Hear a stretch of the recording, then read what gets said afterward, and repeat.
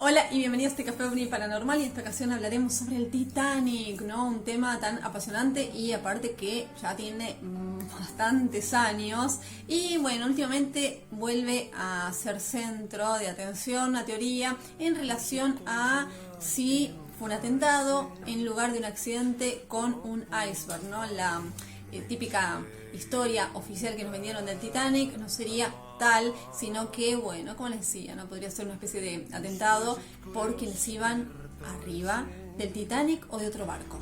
La conspiración del Titanic fundido con un perverso fin, se preguntan en este sitio m.com.do. Bien, todos alguna vez nos hemos emocionado con la historia del Titanic y lamentado su trágico desenlace, pero ¿qué pasaría si descubrieras que su hundimiento no fue un accidente, sino que se trató de una enorme conspiración? Comencemos por el principio. Morgan Robertson, 1861-1915, oficial estadounidense de la Marina Mercante, además de escritor y posible inventor del periscopio, fue quien en 1898 escribió el libro Futility, or the Wreck of the Titan, el naufragio del Titán, en el cual un transatlántico llamado SS Titán se hundía en las aguas del Océano Atlántico al impactar con un iceberg en su viaje inaugural. ¿Le parece familiar esta historia?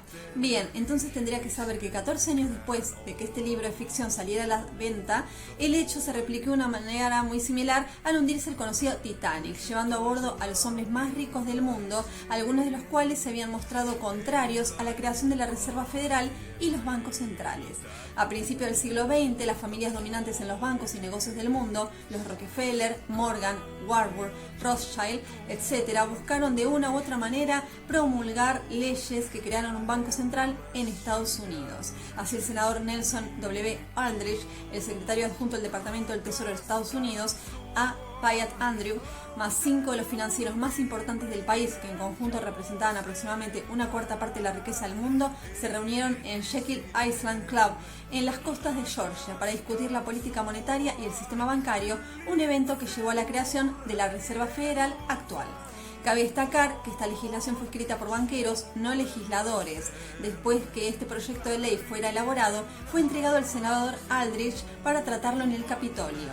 ¿Qué intereses estaban en juego? Estados Unidos había intentado implantar anteriormente algunos sistemas del Banco Central que fueron eliminados debido a la desconfianza de las personas por los fuertes intereses bancarios. Sin embargo, JP Morgan, los Rothschild y los Rockefeller insistían en formar un sistema de reserva federal. Pero había algo que opacaba sus planes, y era que una serie de influyentes personas se oponían frontalmente a la creación de una banca central. Benjamin Guggenheim, un magnate de la minería y la metalurgia, era uno de ellos. Isidor Strauss, un muy importante empresario judío nacionalizado en Estados Unidos, propietario de lo que hoy son los grandes almacenes Macy's, fue el segundo gran nombre en oponerse. Y por último, John Jacob Astor Ford, o cuarto, bisnieto del considerado primer millonario de Estados Unidos, militar y dedicado con éxito al negocio inmobiliario familiar. Los tres estaban entre los hombres más ricos del mundo, pero eran un obstáculo para la creación del Banco Central. Un banco central es una institución que produce la moneda de una nación entera, pero no solo provee de dinero a la economía de un gobierno, sino que lo presta con interés. Entonces, aumentando y disminuyendo el suministro de dinero, el Banco Central regula el valor de la moneda emitida. Es crucial entender que la estructura entera de este sistema puede producir una sola cosa a largo plazo: deuda. No hay demasiados registros de por qué estas tres personas se oponían abiertamente a este sistema que al final logró imponerse. Solo se sabe que eran patriotas y trabajadores que esperaban la prosperidad para su nación y no solo para unas pocas familias acaudaladas. Cabe mencionar que la Reserva Federal finalmente se formó un año después del hundimiento del Titanic.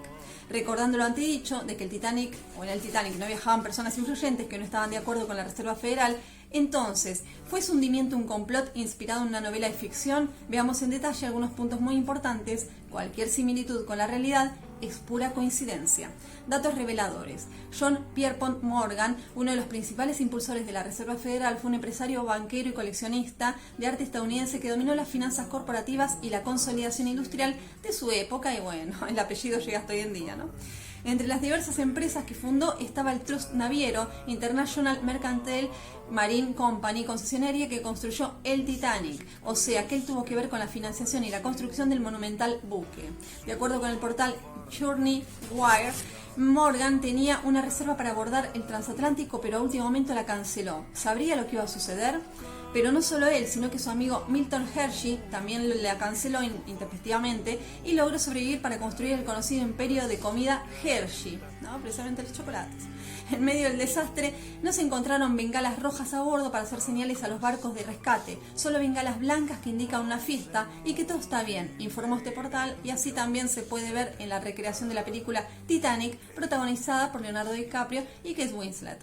Otro dato que llama la atención y que no encaja es que el capitán Edward Smith fue uno de los más condecorados de su época, algo que estaría fuera de lugar teniendo en cuenta la falta de medidas de precaución tomadas durante el naufragio. Ahora veamos las impresionantes similitudes. Más allá del nombre, entre el Titanic y el Titán, el barco de la ficción. Al igual que el Titanic, el barco de ficción se hundió en abril en el Atlántico Norte y no habría suficientes botes salvavidas para los pasajeros. También existen similitudes en el tamaño, 244 metros de largo el Titán, en comparación con los 269,06 metros de largo para el Titanic. Velocidad 25 nudos de Titán, 21 nudos Titanic. El Titanic fue el transatlántico de lujo más grande del mundo, escrito como prácticamente imposible de hundir, mientras el Titán fue en la ficción la mayor nave a flote, la mayor de las obras de los hombres y era considerado insumergible.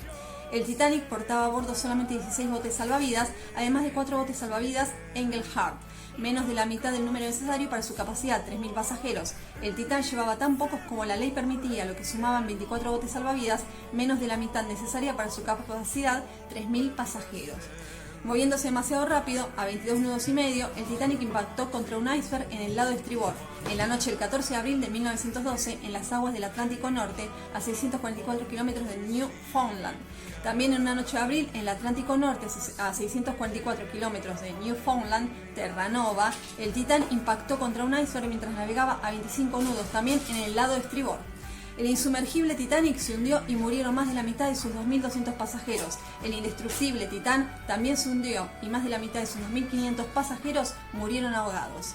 De acuerdo a estos registros, no es descabellado decir que el Titán se parecía de manera desconcertante al famoso transatlántico inglés RMS Titanic, el cual describe de manera casi idéntica, coincidiendo incluso con su peso, longitud y capacidad de pasajeros, buque insignia y el orgullo de la línea naviera a la cual pertenecía, que era insumergible y con la mayor tecnología de su tipo en ese momento.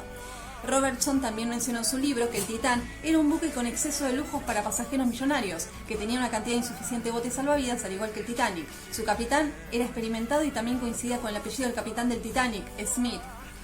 Lo más asombroso es que el libro fue escrito 14 años antes del hundimiento del Titanic y Robertson falleció 3 años después del suceso por causas poco claras. Algunos creen que se trata de una mera casualidad, mientras otros creen que el autor escribió el libro como una predicción de lo que sucedería años después. Sin embargo, sabiendo las implicancias políticas del hundimiento del Titanic, algunas teorías afirman que todo fue un complot inspirado en la ficción. Pese a que los 3 hombres mencionados fueron reales, se oponían a la creación de la Fed, Reserva Federal, y murieron en el hundimiento del Titanic. Los detractores opinan que son coincidencias sin sustento y que había formas más efectivas de matarlos sin incurrir en un plan que dejaba margen de error y que sacrificara a la vez a miles de inocentes más. Viéndolo desde esta perspectiva, tal vez la primera afirmación tenga sentido respecto a las formas más efectivas de asesinar un obstáculo, pero en cuanto a la segunda, cabe pensar si realmente los supuestos perpetradores les hubiera importado realmente esas miles de vidas inocentes perdidas. El después de la tragedia.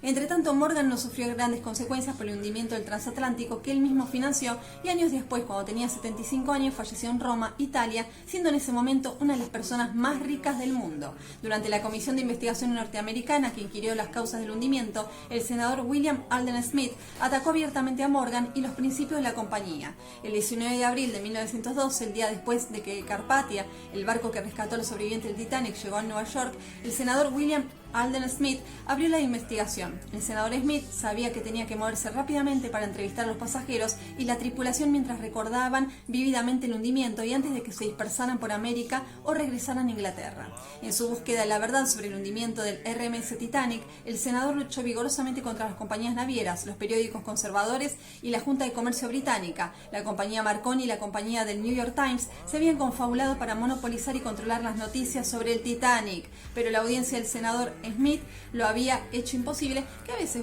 pasa eso con los medios de comunicación, se complotan.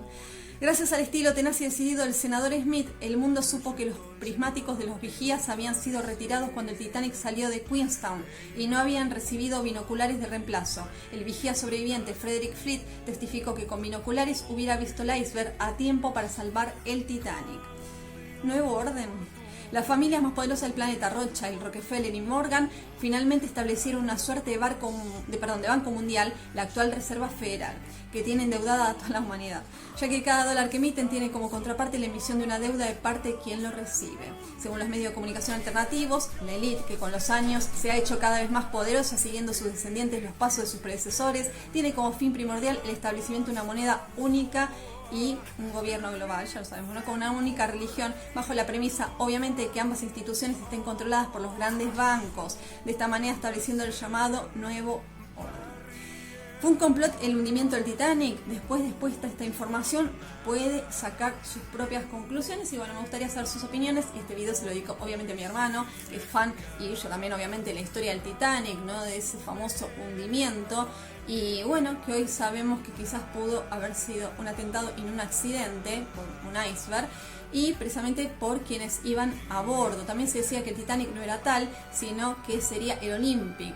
Y bueno, que eran dos barcos prácticamente gemelos y que, bueno, con el hundimiento, que estaría hundido sería el Olympic, como les decía, no el Titanic. Y bueno, de ahí también sacó una tajada JP Morgan para sus intereses. Así que, bueno, como les decía también, es un apellido que está en el tapete, sobre todo hoy en día, y ya se sabe más acerca de esa Reserva Federal, acerca de estos apellidos. Y bueno, investiguen un poco más sobre estos tres personajes, estas tres personas que iban a bordo, ¿no? De precisamente este barco, ese titán, sea el Titanic o bueno, su barco gemelo, tal vez. Así que sigue el misterio, tantos años después del hundimiento. Espero que estén muy bien, disfruten el día. Muchísimas gracias a quienes están en el canal, a quienes están sumando e investiguen al respecto. Que estén muy bien. Adiós.